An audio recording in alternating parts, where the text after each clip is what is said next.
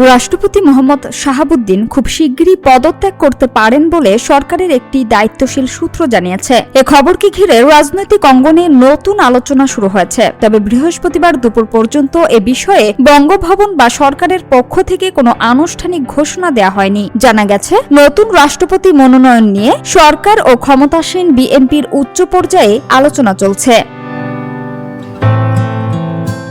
সূত্র বলছে, রাষ্ট্রপতি অসুস্থতার কারণ দেখিয়ে পদত্যাগ করতে পারেন। মনোনয়নে সময় লাগলে জাতীয় সংসদে স্পিকার মেজর হাফিজউদ্দিন আহমদ ভারপ্রাপ্ত রাষ্ট্রপতির দায়িত্ব পালন করবেন। পদত্যাগের পর শাহাবুদ্দিন কিছুদিন বিশ্রাম নিতে পারেন, এমনকি চিকিৎসার জন্য বিদেশেও যেতে পারেন বলে জানা গেছে।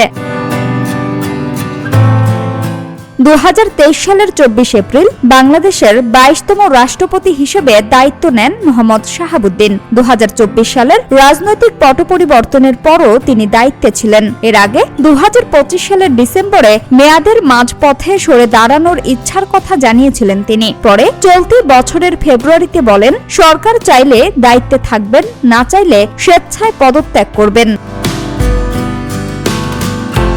সংবিধান অনুযায়ী রাষ্ট্রপতির পদ শূন্য হলে নতুন রাষ্ট্রপতি নির্বাচিত না হওয়া পর্যন্ত স্পিকার ভারপ্রাপ্ত রাষ্ট্রপতির দায়িত্ব পালন করবেন এবং 90 দিনের মধ্যে নতুন রাষ্ট্রপতি নির্বাচন করতে হবে। তবে বর্তমান মন্ত্রিপরিষদ সচিব নাসিমুল গনি পরবর্তী রাষ্ট্রপতি হিসেবে ক্ষমতাসীন দলের শীর্ষ মহলের পছন্দের তালিকায় এগিয়ে আছেন। তার দীর্ঘ প্রশাসনিক অভিজ্ঞতা ও নিরপেক্ষ ভাবমূর্তির কারণে তার নাম বেশি আলোচনায় এসেছে। এছাড়াও সরকারের গুরুত্বপূর্ণ পদে চুক্তিভিত্তিক দায়িত্বে থাকা কয়েকজন জ্যেষ্ঠ সচিবের নামও সম্ভাব্য তালিকায় রয়েছে। এর আগে রাষ্ট্রপতি পদের জন্য বিএনপির জ্যেষ্ঠ নেতা ডক্টর খন্দকার মোশাররফ হোসেন ও ডক্টর আব্দুল মঈন খানের নামও রাজনৈতিক মহলে আলোচিত হয়েছিল।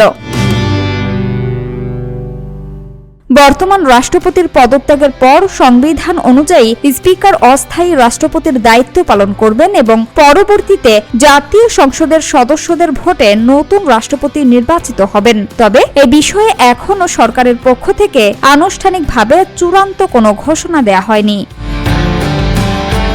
সামিয়া সুলতানা, ঢাকা ওয়াচ।